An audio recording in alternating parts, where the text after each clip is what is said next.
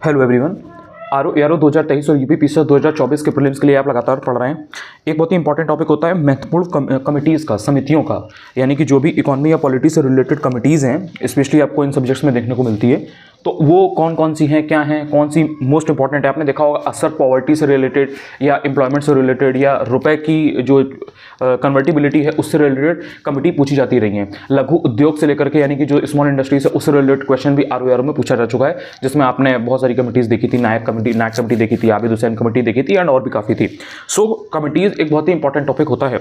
यहाँ पर मैं आपको कुछ पर्टिकुलर कमिटीज़ बताने वाला हूँ। इनको ध्यान से याद रखिएगा, इनको गलत मत करिएगा, क्योंकि ये क्वेश्चन मैच द फॉलोइंग में भी आ सकता है, डायरेक्ट भी आपसे पूछा जा सकता है कि फलाने के लिए कौन सी किसकी कमेटी थी, किसने उसको हेड किया था, और आपसे सीक्वेंस में लगाने को भी पूछा जा सकता है। जैसे कि आपने देखा होगा कि पंचायती राज की जो टॉपिक होता है उसमें क्वेश्चंस आते हैं कि आपसे पूछ लेता है कि बी.आर. मेहता कमेटी कब थी, अशोक मेहता कमेटी कब थी, या उसके बाद जो एल.एम. सिंघवी कमेटी थी वो किस साल की थी, तो वो सीक्वेंस में लगाने को भी आ जाता है। I hope you got the point. मैं आपको कमेटी से बताने जा रहा हूँ, याद रखिएगा। देखिए, सबसे पहले है सुरेश तेंदुलकर समिति, ये गरीबी से रिलेटेड थी यानी कि पॉवर्टी से। इसके बाद में आती है आबिद हुसैन कमेटी, जिसका जिक्र मैंने अभी आपसे किया था, ये लघु उद्योग या स्मॉल इंडस्ट्री से रिलेटेड थी। इसके बाद बात आती है डॉक्टर कीर्ति एस पारीक समिति की, ये जो पेट्रोलियम प्रोडक्ट्स होते हैं उनकी मूल्य प्रणाली पर सुझाव देने के लिए थी। इसके बाद में थी मालानोबिस कमेटी, ये और जितनी मैं करा रहा हूँ ये सब मोस्ट इंपॉर्टेंट है, इसलिए इनको आपको याद रखना ही रखना है। ऐसे तो बहुत सारी होती हैं, 100-150 कमेटी हैं, बट ये सब मोस्ट इंपॉर्टेंट है, तो इनमें आपको गलत नहीं करना है। I hope you got the point. Mahalanobis committee जो है वो राष्ट्रीय आय यानी कि नेशनल इनकम को लेकर के है। इसके बाद में है रेखी समिति, रेखी कमेटी अप्रत्यक्ष कर के लिए, इनडायरेक्ट टैक्सेस। इसके बाद में है राजा चलैया समिति, और ये बात ध्यान रखिएगा, जो इनडायरेक्ट टैक्सेस है ना, रेखी समिति, ये बहुत इंपॉर्टेंट है, क्योंकि कहीं ना कहीं ये जीएसटी से रिलेटेड है, क्योंकि अब आपको पता है कि जीएसटी है।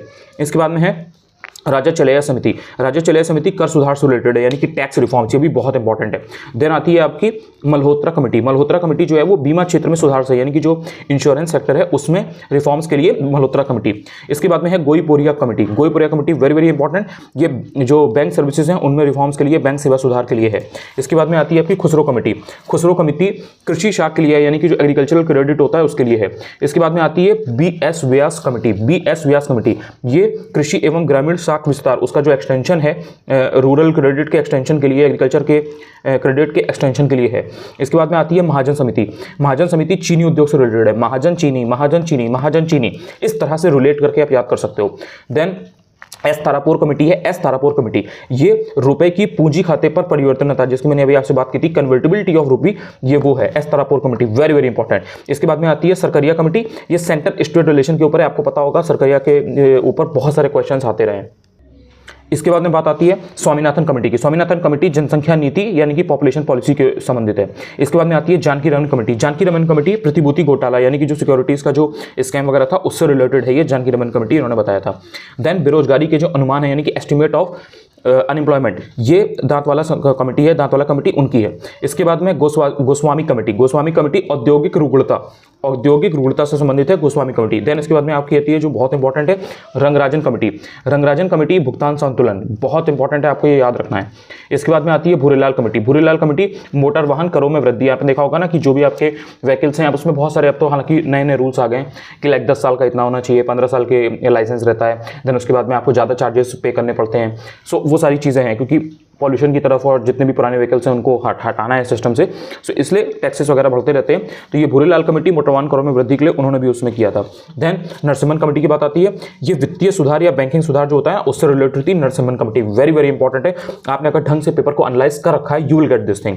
इसके बाद में आती है सच्चर समिति, सच्चर समिति मुस्लिमों की जो सामाजिक आर्थिक शैक्षणिक स्थिति है, यानी कि जो सोशियो इकोनॉमिक उनकी जो एजुकेशनल सिचुएशन है, कंडीशन है, उसका अध्ययन करने के लिए मुस्लिमों की सच्चर कमेटी थी। इसके बाद में आती है भंडारी कमेटी, भंडारी कमेटी जो रीजनल रूरल बैंक्स होती हैं इनकी पुनर्संरचना यानी कि इनकी जो रीस्ट्रक्चरिंग है आरआरबीज की, उसके लिए भंडारी कमेटी थी। ये मैंने आपको यहाँ पर 22 कमिटीज बताई हैं। मुझे आपसे इतना एक एक्सपेक्टेशन रहेगी, एक उम्मीद रहेगी कि एटलीस्ट इन 22 को आप गलत नहीं करोगे, and chances are very very high कि आपको इन्हीं में से एक क्वेश्चन मिल जाएगा। अगर आप चैनल पर पहली बार आए हो, चाहो तो चैनल को सब्सक्राइब भी कर सकते हो यूट्यूब पर, चाहो तो आप टेलीग्राम पर भी जुड़ सकते हो, वहाँ पर भी मैं काफ़ी इंपॉर्टेंट चीज़ें शेयर करता रहता हूँ जो आपको आपकी प्रिपरेशन में हेल्प कर सकती हैं। टेलीग्राम चैनल है मेरा Anuj Chaturvedi UPPSC, you will search and you will find my channel. Thank you so much.